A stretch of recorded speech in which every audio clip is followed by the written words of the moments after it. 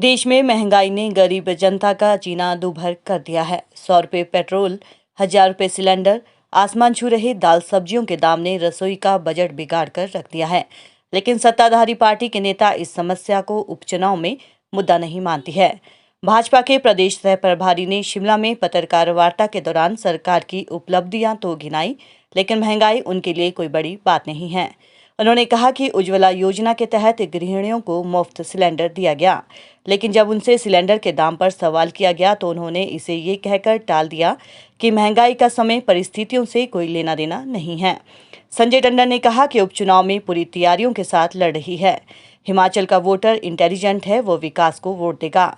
प्रदेश की सरकार ने 4 सालों में विकास के नए आयाम स्थापित किए। देश कोरोना महामारी के दौर से गुजर रहा है, लेकिन स्थिति के साथ मजबूती के साथ निपटा जा रहा है। वहीं उन्होंने कहा कि दूसरी तरफ विपक्ष में केंद्र के साथ प्रदेश में नेताओं की कंगाली छाई है।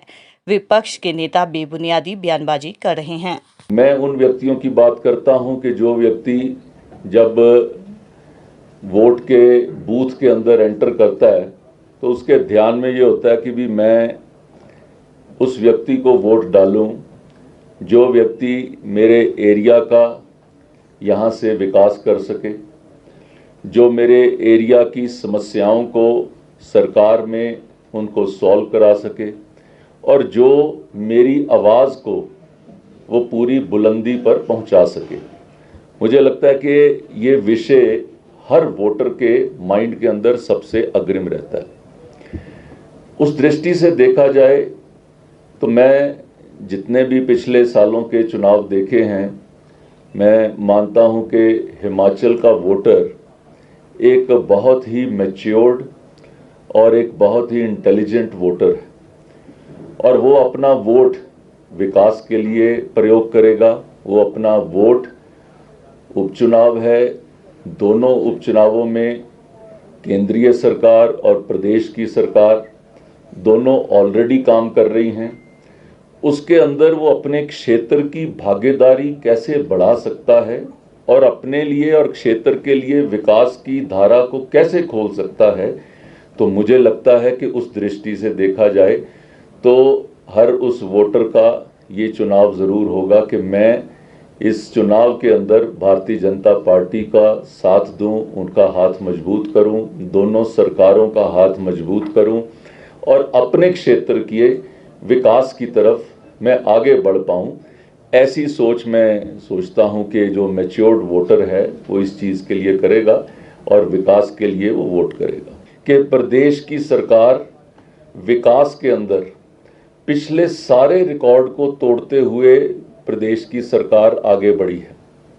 खास तौर के ऊपर आप पिछले 4 सालों के अंदर आपने देखा होगा, ये जो पिछले 1.5 साल का समय तो एक प्रदेश के लिए ही नहीं, देश के लिए नहीं, दुनिया के अंदर एक अभूतपूर्व समय सारी दुनिया ने देखा। ऐसी महामारी शायद 100 सालों में जो है किसी व्यक्ति ने पहली बार देखी है कि किस तरह से पूरी दुनिया उसमें से निकली।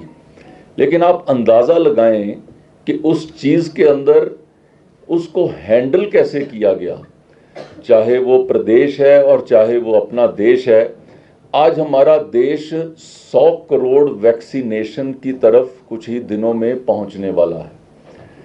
शायद दुनिया के अंदर ये भी एक अजूबा होगा भी इतने बड़ी डिफरेंट डेमोग्राफिक स्ट्रक्चर को कैसे हैंडल करना, वहाँ पर उन लोगों को हैंडल करना। और एरियाज़ के अंदर आप देखा जाए तो जो लोगों तक जो 70 सालों के अंदर जो हेल्थ फैसिलिटीज़ के जो विकास नहीं हुए थे, वो शायद 70 दिनों के अंदर वो विकास प्रदेश ने और देश ने करके दिखाए। फैसिलिटी का मैंने उसके आपको सिस्टम के बारे में बताया, मैंने उसको भरने के उसका बताया। अब भरने के लिए आप कहते हैं कि उसका पैसे का इंतजाम करने का वो उसके अंदर वो जो उज्ज्वला योजना के अंदर वो उसके अंदर नहीं था। हमने घर तक उस चीज को पहुंचाया जो चीज आज तक 70 साल तक जिसको इग्नोर किया गया था। हमने उसका मैकेनिज्म, उसका भरने के मैकेनिज्म को आसान किया। हमने उसकी जो भराई की जो अवेलेबिलिटी है, हमने उसकी अवेलेबिलिटी को हमने उसको बढ़ाया। So far as the pricing is concerned, the pricing is not related to any individual or any country. The pricing has a mechanism of the global pricing of petrol and diesel and gases. So that is how the price is controlled. It is not related to any norm. इस चीज को आप भी समझते हैं, हम लोग भी समझते हैं। आज ये फैक्टर रहा ही नहीं है। आप देखिए चुनाव के अंदर आपको कहाँ ये फैक्टर दिख रहा है? नहीं सर, जब विपक्ष में थे आप तो प्रदर्शन करते थे जब पेट्रोल बढ़ता था।